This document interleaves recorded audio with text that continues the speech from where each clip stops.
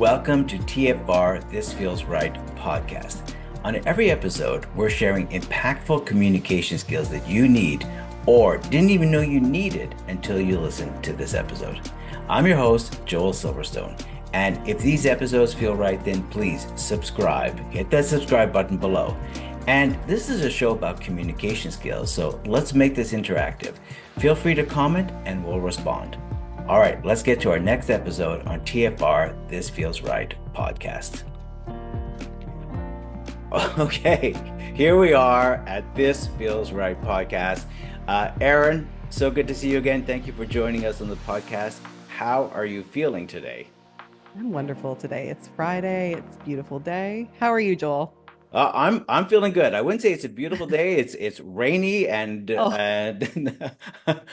we're in different areas, but absolutely, I'm hoping for sunny skies this weekend. yeah. So we're talking about a topic that I'm really curious about because this is something I know nothing about, and I'm looking Hmm. forward to your expertise on this around we don't want to label it, but we'll call it Gen Z or Gen Z as a Canadian, where basically it's this new workforce that is coming in, and how do leaders and other people within the organization, maybe who are from different generations or different perspective, or maybe different values, beliefs, how do they communicate with this new generation and maybe help them find their sense of belonging as Mm. they're coming into it?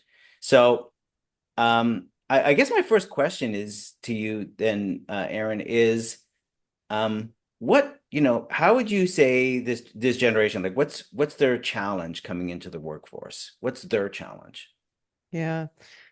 Well, I'll preface this by saying, or preface this by saying that I feel uniquely qualified to talk about this in a few different reasons. One is, that I myself have gone through numerous identity crises over my lifetime. And the second is that I am the owner of management consultancy Positivist Group. And we do this work helping leadership communicate with all generations and building inclusion in businesses.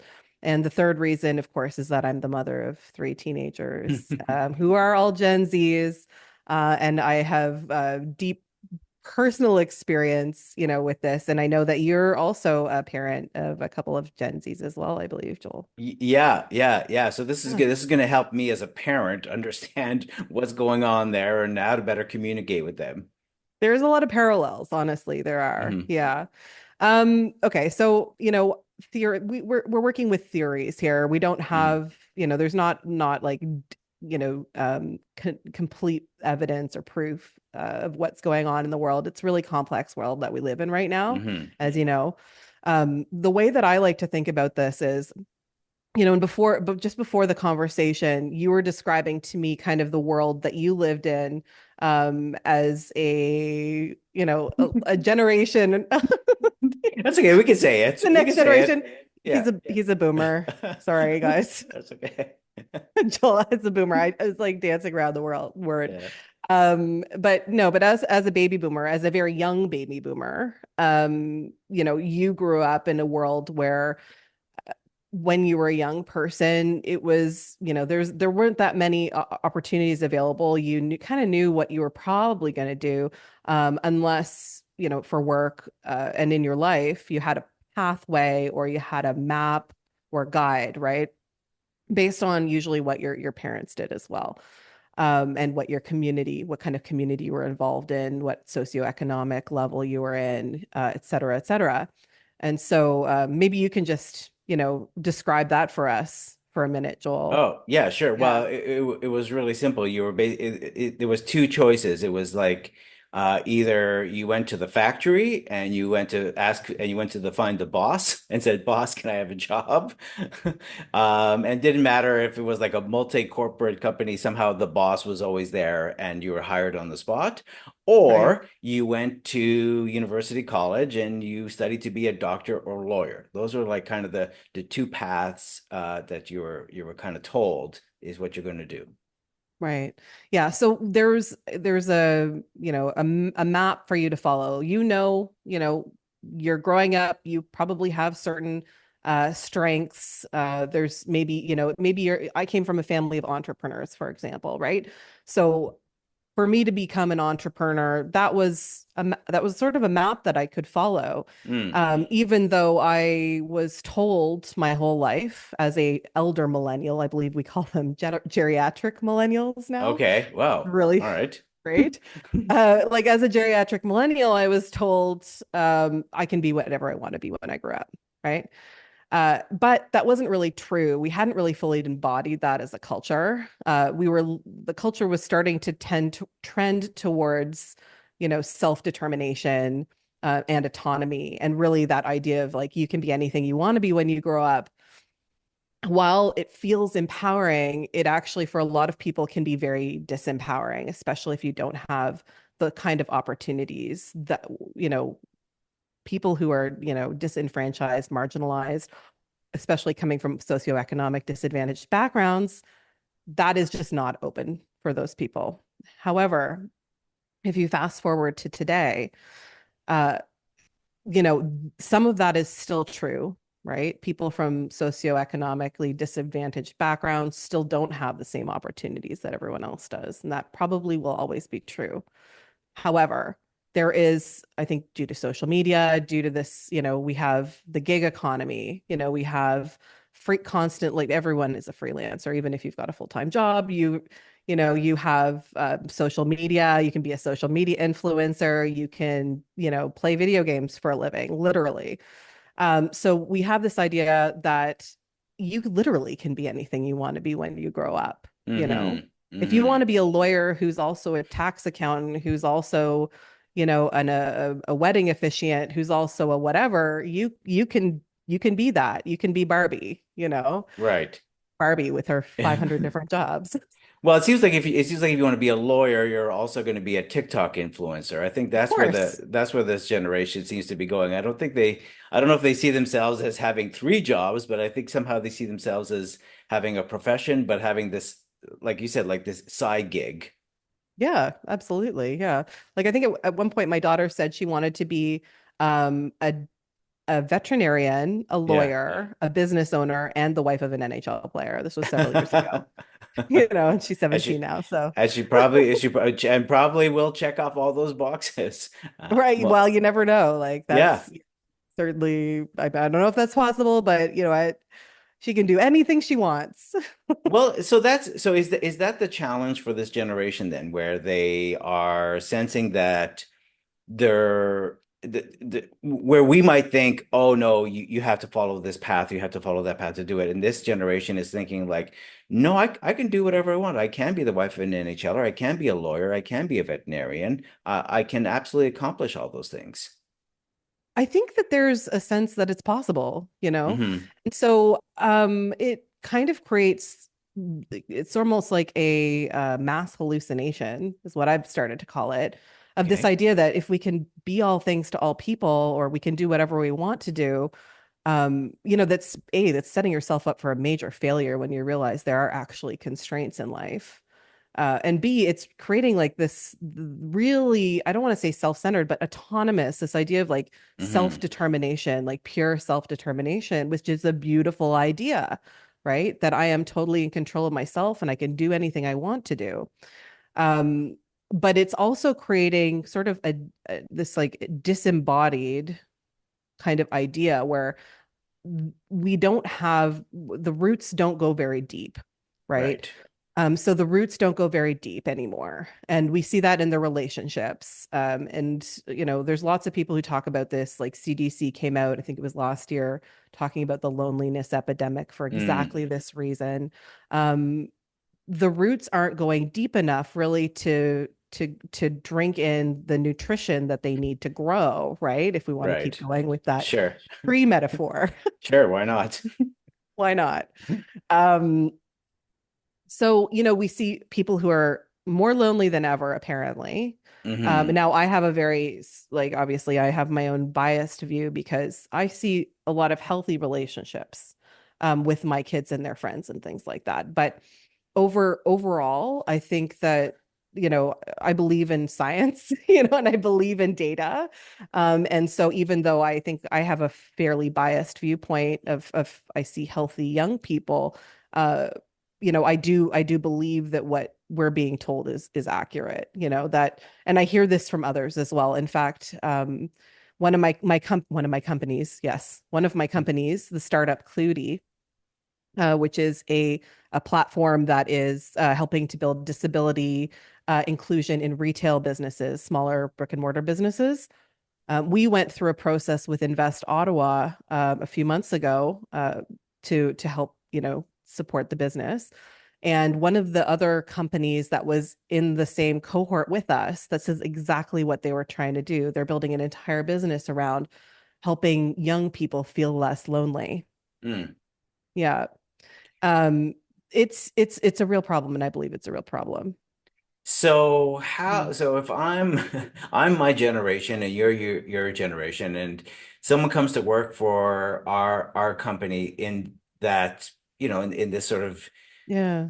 I don't know what you want to say, I guess, where they're not used to relationships, where maybe there is a bit more self-involvement, and or maybe this hallucination that they could do anything they want.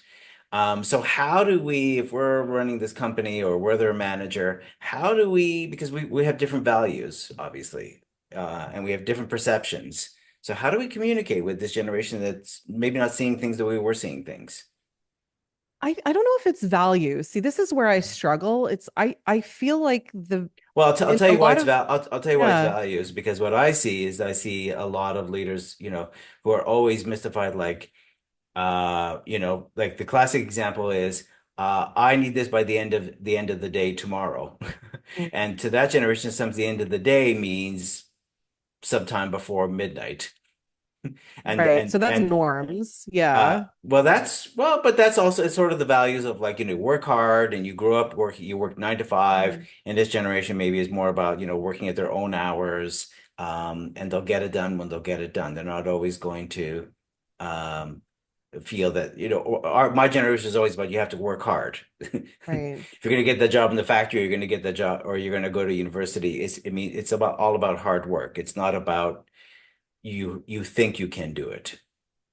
Right. So, like, to me, it is a bit more about norms and the Okay. fact that they didn't grow up with these norms, Okay. And so the norms didn't translate into behavior Hmm. because they don't have any practice. They don't have like a template to follow, right?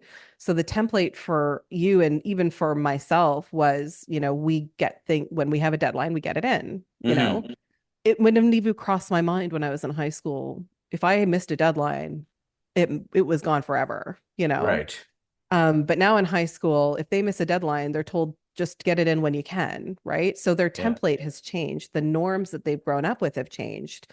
Um, their values, though, you know what? I think their values are similar. They care about what other people think. Hmm. They care. I mean, obviously, this isn't, I'm painting a huge broad stroke here, but I don't know that human values have changed that much. Okay. Um, So I like the idea of norms. Let's go. So the norms. yeah, So if it's the norms, then, yeah, how do we've got different norms than their norms, because they said, like, we've been given this structure. You grew up with entrepreneurial parents. You kind of had some guidelines as to what that meant, and you're a great example about mm, school. Absolutely. So how do we communicate? Because, like, that's the thing. Like, I see a lot of people who are sort of, our generation, or your generation, loop it together, who are just frustrated on how to communicate, or how to motivate them yeah. So, without a sort of offending them, or well, that's it. losing their engagement. Yeah. I mean, I think it's about being upfront and honest about who we are as a company. So knowing Hmm. your culture, right? Knowing your culture, knowing that your brand matches your culture. So the way that you're being perceived on the outside matches the way you are on the inside.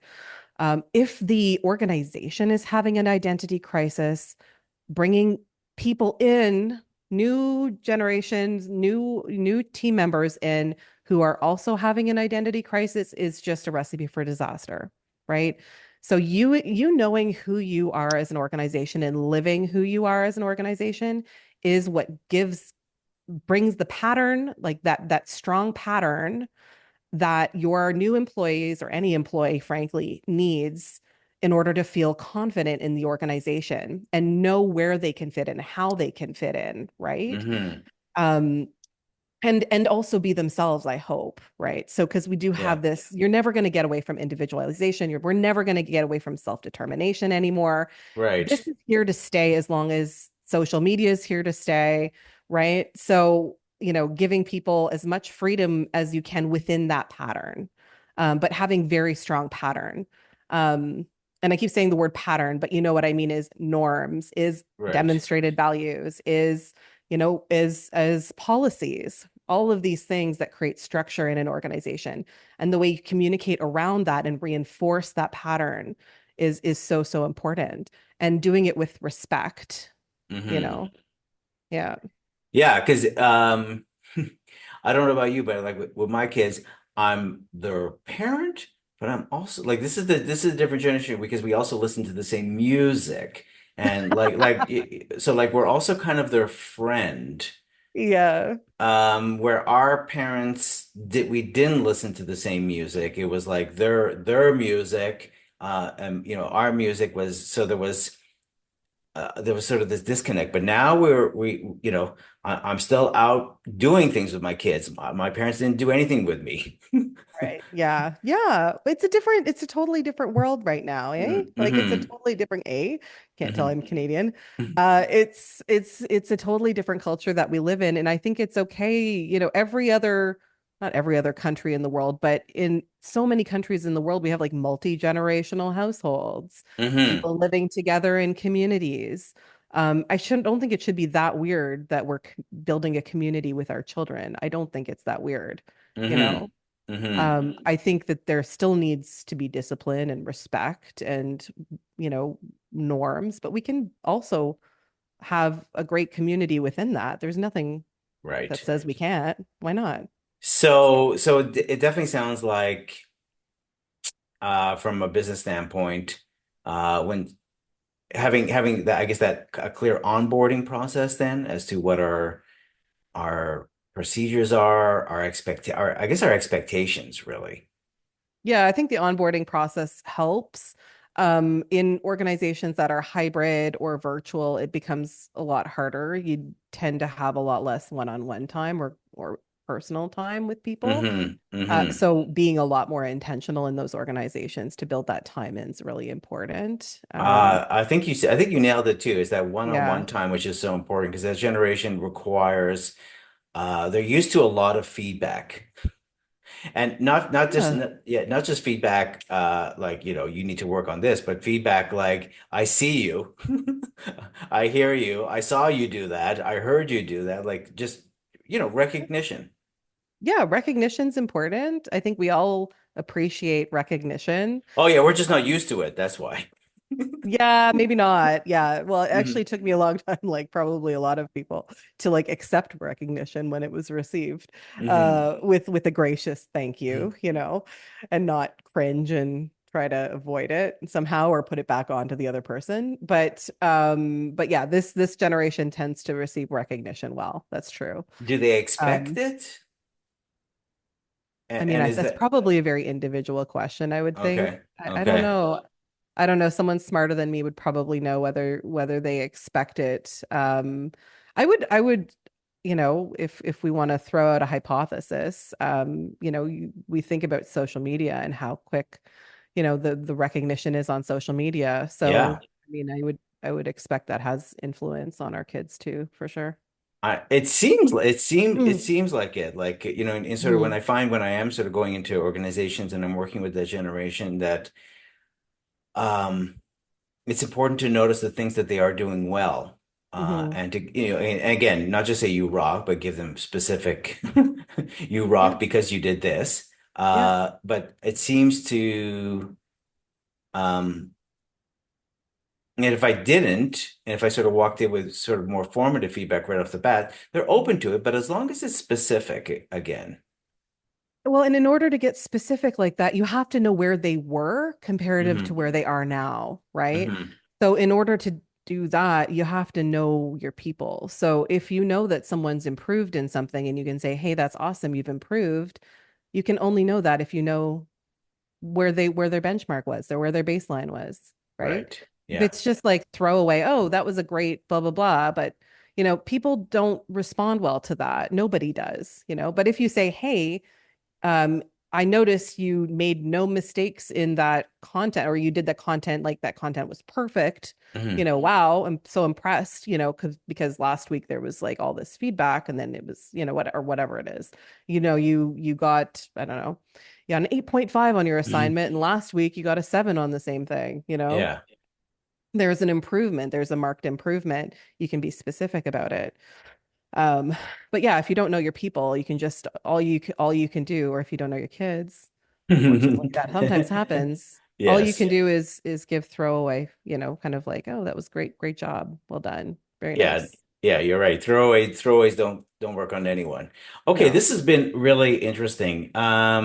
So before I sort of ask you like my sort of big question, I just want to get like a good grasp on this. So it sounds like this is a generation that sort of this doesn't have those guidelines.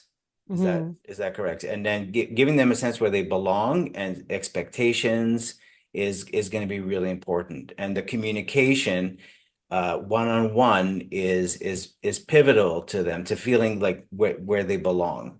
Hmm. Yeah, and just even to add to that, I would say leaning into that idea that they are autonomous people, that they have their own Mm, minds, hmm. learning coaching skills, being really of utmost importance, because with coaching skills, you're asking them questions that help them think about things, right? Right. So this is why I think coaching is so powerful, especially for this generation, because they do believe that they are autonomous individual human beings. Yeah. Yeah, that's a great point. I love that. Mhm. All right, Erin, let's switch gears here and talk about Erin now. Oh, Uh, my favorite uh, subject. here's the big question. I'm always curious, if you weren't being this entrepreneur, running No. two companies, coaching, working with so many different organizations, what would you want to be doing? Or if we could wave a magic wand, what other path would you have taken? And wave a magic wand. I think I Yeah. would be like, honestly, I'd probably be a nomad.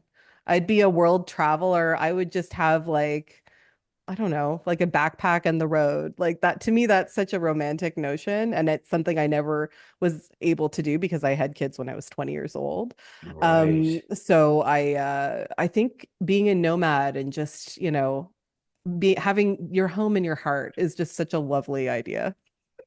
And so, are you traveling the world, or are you spending time in certain places? Like what is this nomad lifestyle? Or it's just Totally spontaneity, just spontaneous. totally Totally spontaneous. spontaneous. Yeah. Uh-huh. And that's that, I know you shared with me before, like some of the things you did early on in your life, like working with animals and starting a clown business when you were a kid, a teen, is again, Yeah. that's spontaneity. Yeah, absolutely. I think I just love joyful moments, right? So Mm. finding opportunities, finding joyful moments in the world, I think that, something that inspires you, I think is a beautiful thing. Yeah, And scene. Nice. All right, Erin, where can we find out more about you and your organizations? absolutely. So for coaching and consulting services, we work with purpose-driven businesses. So you can go to positivist.ca, positivist.ca. And the disability inclusion membership platform for brick and mortar businesses. It's currently AODA compliant. So building AODA compliance, that's Accessibility for Ontarians with Disabilities Act. That is cludee.com, CLUDEE.com. And that one we are launching live in October, early October, and expanding across Canada at the same time. So that is a work in progress and very exciting. Well, again, bringing joy. Congratulations. Got it. All Thank you. right. Thank you so much, Aaron. This was a great discussion about generations and how to communicate with them. Love it. Thanks Thanks so so much, much. Joel.